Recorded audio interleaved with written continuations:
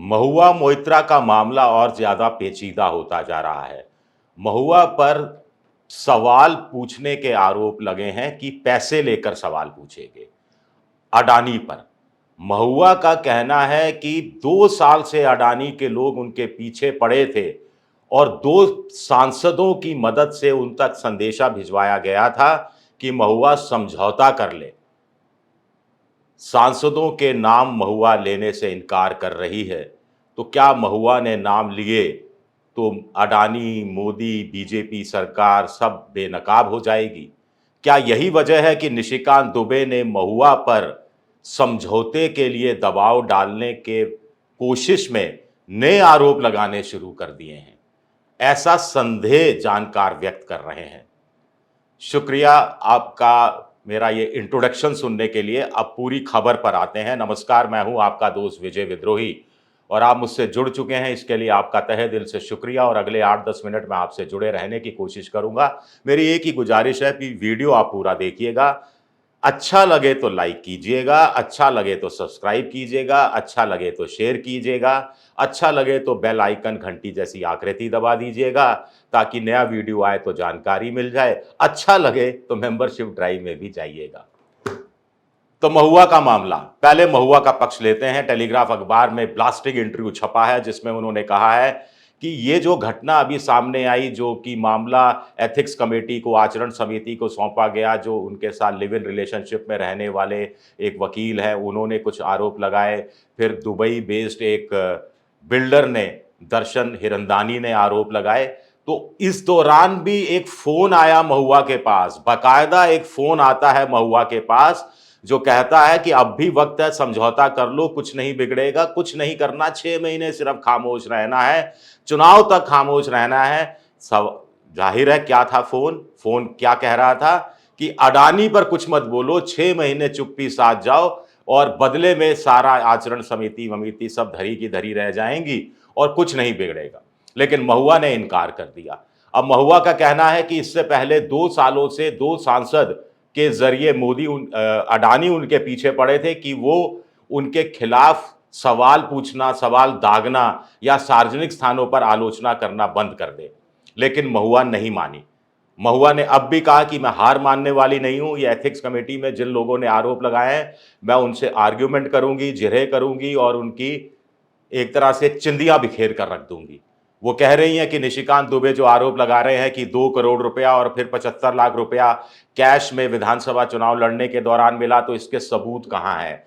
आखिर पैसा कैश में दिया गया तो क्या किसी कोई ट्रेल होगी, किसी के माध्यम से दिया गया होगा, किसी के माध्यम से किसी को दिया गया होगा, वहां से महुआ तक आया होगा, तो वो लोग कहां है? ये मिसिंग लिंक कहां है? और महुआ ने साफ तौर पर इनकार किया है कि उन्होंने चवन्नी भी नहीं ली। आगे महुआ कह रही हैं कि उन पर कीमती जो गिफ्ट लेने के आरोप लग रहे हैं, उसमें वो स्कार्फ उन्होंने लिया, वो भी बर्थडे प्रेजेंट के रूप में लिया। बाकी उन्होंने कोई पैसा नहीं लिया। अपने घर का, जो उनका सांसद के नाते घर है, वैसे भी उसकी मरम्मत का काम सीपीडब्ल्यूडी करता है, तो उसमें कोई मदद नहीं ली। लेकिन निशिकांत दुबे एक होटल का बिल ले आए हैं। दरअसल वो नहीं लाए। कहा जा रहा है कि जो दर्शन हिरंदानी है, उन्होंने जो एफिडेविट दिया उसके साथ संलग्न किया है 2018 का कोई होटल का बिल है जिसमें किसी 5 स्टार 7 स्टार होटल में ठहरी होंगी महुआ, जिसका बिल, होटल का बिल पे किया दर्शन ने, या दर्शन की तरफ से, या उनकी कंपनी ने, ये मुझे नहीं पता। अब महुआ तो बहुत अमीर है और क्या एक होटल का खर्चा वो नहीं उठा सकती? और सबसे बड़ी बात है कि 2018 का है और 2019 में महुआ सांसद बनी थी और एथिक्स कमेटी में जो आचरण की जांच होनी है वो 2019 के बाद लोकसभा सदस्य होने के नाते होनी है। यानी 2018 का बिल कोई गवाही देने के लिए ना तो सामने आने वाला है, अगर आ भी गया तो उसकी कोई अहमियत नहीं है। फिर सवाल उठता है कि निशिकांत दुबे इस तरह के गड़े मुर्दे क्यों उखाड़ रहे हैं या इस तरह की बातें क्यों कह रहे हैं जिनका इस आचरण समिति में जो इश्यू गया है उससे लेना देना नहीं है। निशिकांत दुबे तो 2 कदम आगे बढ़ गए हैं।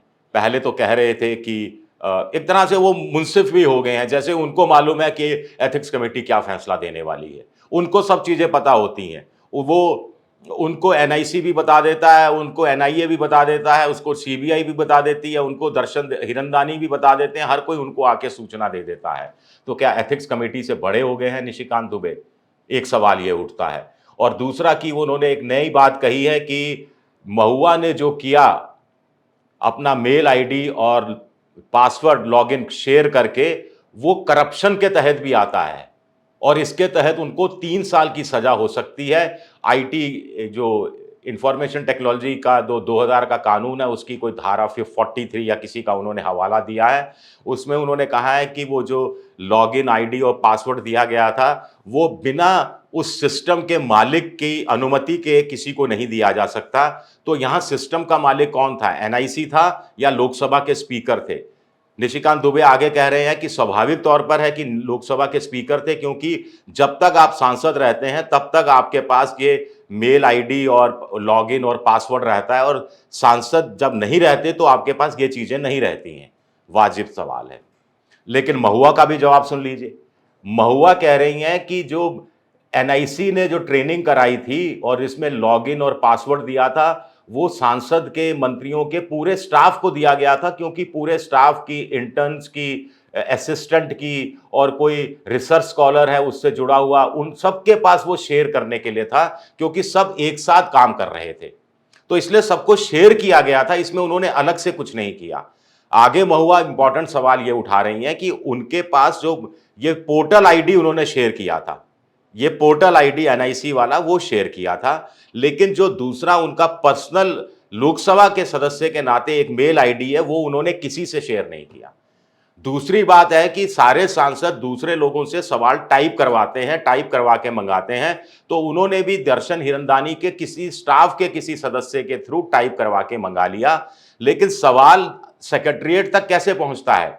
कोई सीधा डायरेक्ट नहीं भेज सकता, सांसद भी डायरेक्ट नहीं भेज सकता। सांसद के मोबाइल फोन पर ओटीपी आता है, वो ओटीपी दर्ज कराना पड़ता है, तब जाके वो सवाल आगे फॉरवर्ड होता है। और महुआ का कहना है कि उन्होंने अपना अपना और सिर्फ अपना मोबाइल नंबर रजिस्टर्ड करा रखा है, यानी ओटीपी उन्हीं के मोबाइल पर आया और वहीं से शेयर किया गया। यानी उन्हें तमाम चीज़ों की जानकारी थी कि कौन सा सवाल वो पूछ रही हैं, कौन सा सवाल नहीं पूछ रही है, और किस सवाल में कितना दम है, अडानी के खिलाफ क्या क्या मांगे, बात की गई है या नहीं की गई है। तो महुआ ने ये कहा है। अब किसके तर्कों में कितना दम है, ये तो एथिक्स कमेटी में जब तमाम चीज़ें आएंगी, सबूत आएंगे, तथ्य आएंगे, दस्तावेज आएंगे और जिरह होगी, आपस में पूछताछ होगी, तब पता लगेगा। लेकिन महुआ क्या एथिक्स कमेटी के सामने उन 2 सांसदों के नाम ले लेगी? दोनों सांसद कहाँ के हैं? अडानी की पक्ष की पैरवी कर रहे थे, तो ये भी तो गलत आचरण है। आप लोकसभा के सदस्य रहते हुए किसी कॉरपोरेट जगत के या किसी ऐसे शख्स की पैरवी कैसे कर सकते हैं जिसका, जो लोकसभा से जिसका लेना देना नहीं है? तो क्या यहां भी कोई दलाली खाई जा रही थी? क्या यहां भी कोई कैश लिया जा रहा था, या काइंड में कुछ चीजें ली जा रही थी, या किसी बड़े आदमी के इशारे पर यह हो रहा था? अगर महुआ ने नाम ले लिए तो उनको भी एथिक्स कमेटी क्या बुलाएगी और उनसे पूछताछ करेगी? स्वाभाविक तौर पर उनको, वो आएंगे तो वो इनकार करेंगे। लेकिन क्या महुआ के पास कोई दस्तावेजी सबूत भी हैं? हो सकता है कॉल रिकॉर्डिंग हो। अभी जो एक फोन आया उसके बारे में तो पता लग ही जाएगा कि कहां से फोन आया, किसका नंबर है। इसमें तो कोई गुप्त बात रखी नहीं है। और दूसरी सबसे बड़ी बात है कि ये जो नियम है, ये एनआईसी वाले, जो लॉगिन पासवर्ड वाले, ये सब नए बनाए गए हैं, हाल के हैं ये। तो इन तब बनाते वक्त ये नहीं सोचा कि अगर पासवर्ड लॉगिन किसी ने किसी को दे दिया, या किसी ने चुरा लिया, या चोरी हो गया, तो या उस सांसद ने किसी को दे दिया, तो उसके खिलाफ कोई एक्शन लिया जाएगा या नहीं लिया जाएगा, इसको अपराध माना जाएगा, नैतिक आचरण के खिलाफ माना जाएगा या नहीं माना जाएगा। पहली बार इस तरह का केस सामने आया है, और पहली बार एथिक्स कमेटी नहीं, मुझे लगता है स्पीकर साहब को विचार करना पड़ेगा कि इसके लिए कोई नियम बनाए जाएं जो फ्यूचर के लिए काम आए। ऐसे सख्त नियम बनाए जाएं कि सांसद किसी और का mail ID, login, password share ना कर सके। क्योंकि अभी तो व्यवस्था की गई है, लेकिन उसमें कोई सिस्टम में ये चीजें नहीं डाली गई हैं कि कल को किसी ने इसका दुरुपयोग किया तो क्या एक्शन लिया जाएगा। ये संविधान के विशेषज्ञ भी कह रहे हैं। यानी मामला उलझा हुआ है। शुक्रिया आप सबका, बहुत बहुत शुक्रिया मेरा ये वीडियो देखने के लिए। पसंद आए तो एक बार फिर आग्रह, लाइक कीजिए, सब्सक्राइब कीजिए, शेयर कीजिए। विद्रोही 7 के नाम से मैं ट्विटर पर, एक्स पर हूं, विद्रोही 7 के नाम से मैं इंस्टाग्राम पर हूँ और फेसबुक पर मेरा पेज है विजय विद्रोही पेज। शुक्रिया, बहुत-बहुत शुक्रिया।